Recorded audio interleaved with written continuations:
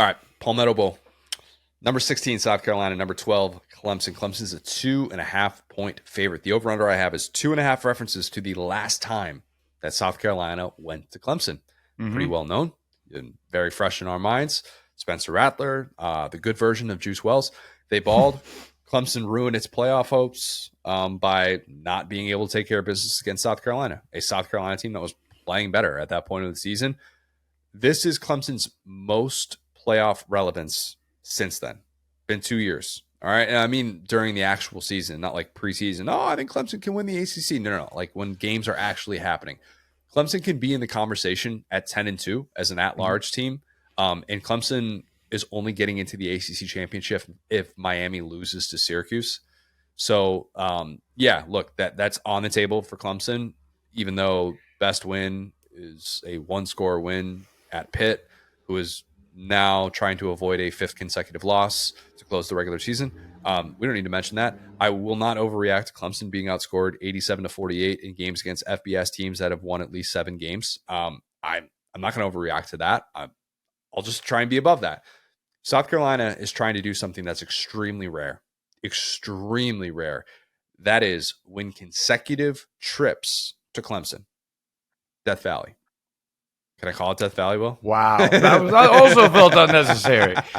I actually was going to say that, and then I stopped, and then I was like, let's see how Will reacts to this. The rumor is actually that Drunk Cajun, so it was supposed to be called Death Valley at LSU, and then basically we just slur, and so it just became Death Valley. Death Valley. And then, so I'll give that to them. Is that right? Yeah. Somebody is like cutting down a tree with a chainsaw outside of my house. I'm sorry if you could hear. I don't know what's going on, but yes, that's the. Say it again, but say that into the mic. I didn't hear you. Oh, someone's like cutting down a chainsaw outside. Oh, okay, fun. Yeah, very fun. Or cutting down a tree with a chainsaw. So sorry if you guys hear that. Maybe that's what South Carolina's been trying to do. Big tree fall hard, no? That's a Wedding Crashers reference, folks. Keep up. South Carolina was the last team to go into Clemson and win in consecutive trips.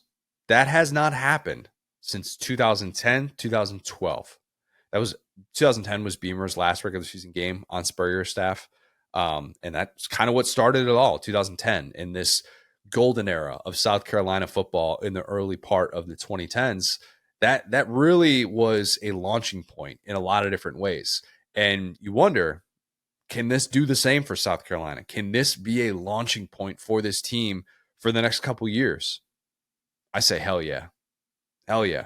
South Carolina has won 5 consecutive games, unlike Clemson, who hasn't faced a single ranked team at the time of the matchup since the Georgia opener. South Carolina beat 3 consecutive ranked teams in that stretch. Again, that was the first time that it happened in school history. During this current 5-game winning streak that South Carolina is on, Mizzou is the only team who stayed within 20 points of South Carolina. I'm going with the improved Lenore Sellers combined with the relentless South Carolina defensive front, frustrating Cade Klubnik. I don't think he's seen an offensive line this good since Georgia. And even then, Michael Williams went out in that game as well. I don't know that we can say Clemson has seen a defensive line this good all year. They will see it on Saturday, and it will be very, very difficult. I'm saying Gamecocks win this one on the road, 31-24. Yeah, we've been saying it all year, keying on the South Carolina defensive line. And the thing that's crazy about it, too, is they face the competition, right? So I would say South Carolina probably has a top 5 D-line in the country. And when you say, it's crazy, don't it? Like, look at the teams they've played and look how they've made those teams look. Like, there are some teams, you look at Ohio State, it's like, yeah, they got 2 or 3 big games a year. And they make, random Big Ten. I can't say Indiana anymore because they're good, but like random Big Ten team, they make them look terrible. And so point being, like, the fact that this team shows up every week on the D-line is a really big deal. I will say on the flip side, though, I talked about this with the expanded playoff. I can't fathom the amount of emotion that I've seen out of people being upset that their team isn't making a 12-team playoff. I thought throughout the course of our lives, we've been fighting for AP, BCS titles in the top 4. So, like, I thought we were all pretty well ingrained to the concept of you can't lose several games and feel like you got cheated. I know that things – go ahead. How upset are South Carolina fans if you dismiss their playoff chances? How upset are they? I've seen a ton of South Carolina fans doing the whole, like, kind of trying to get the drums together to go to the playoff. And I think it's a good team. I think if they win this game, they have, like, several things to go their way. And again, like, they played just as well as almost anyone in the SEC. But I don't think it answers your question because I'm not that dialed in. What do you think? Yeah, I mean, I've definitely seen it. I saw it a lot on Saturday as the chaos was unfolding. I am still not going to argue for South Carolina to be in the playoff, because when you have the head-to-head losses to the two other 3-loss SEC teams that we're talking about here as being part of that conversation, I mean, just in terms of the standings and could a 9-3 team get in?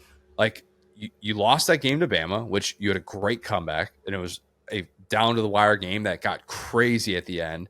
But the Ole Miss thing can't be ignored. Like, Ole Miss came into your building and beat you 28-3, and that was your third loss of the season, 27-3, whatever it was. And that was your third loss of the season. And like, I think that takes you out of that conversation, barring total chaos moving forward. Now, how many teams would block out South Carolina? I don't know. Would South Carolina be like a team that's favored in a lot of these matchups? Yeah, but you know what doesn't matter? That. I hate that argument. I hate that argument so much, because Vegas is just trying to make money. Vegas isn't trying to predict outcomes. All right. And if we want to do that thing over and over, and like, that is a totally separate discussion for why you have earned a spot to be able to play for a national championship. You can't just tell me, oh, well, we would be favored, blah, blah, blah. It's like, well, you know what? Then why play the games? Who cares? Yeah. Why did Bama play as a 14-point favorite last weekend and then lose by 21? Like, who cares?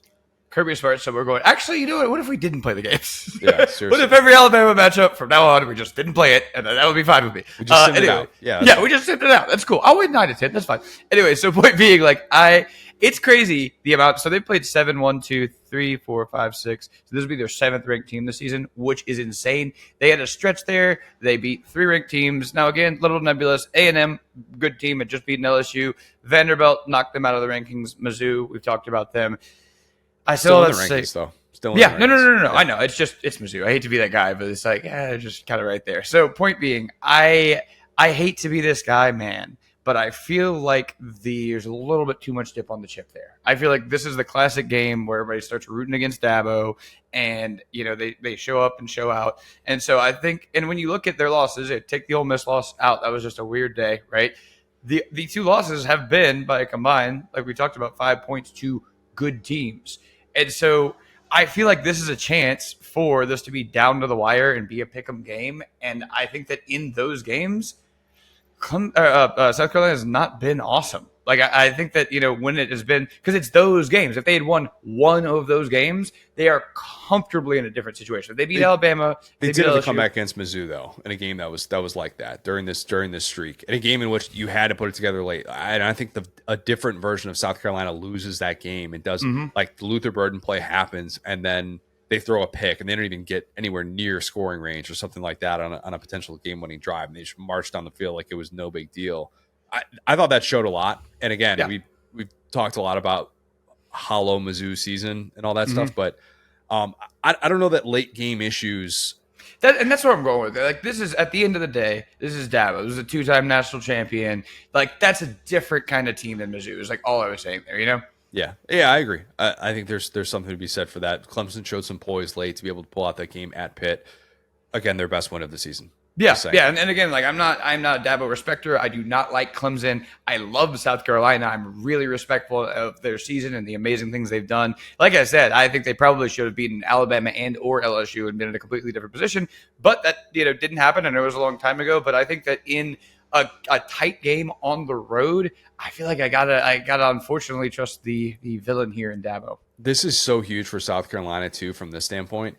If you win this game and then get left out of the playoff, which I believe South Carolina should be left out of the playoff, barring something that I just am not looking at right now, that I can't see any scenario in which that makes perfect sense for me.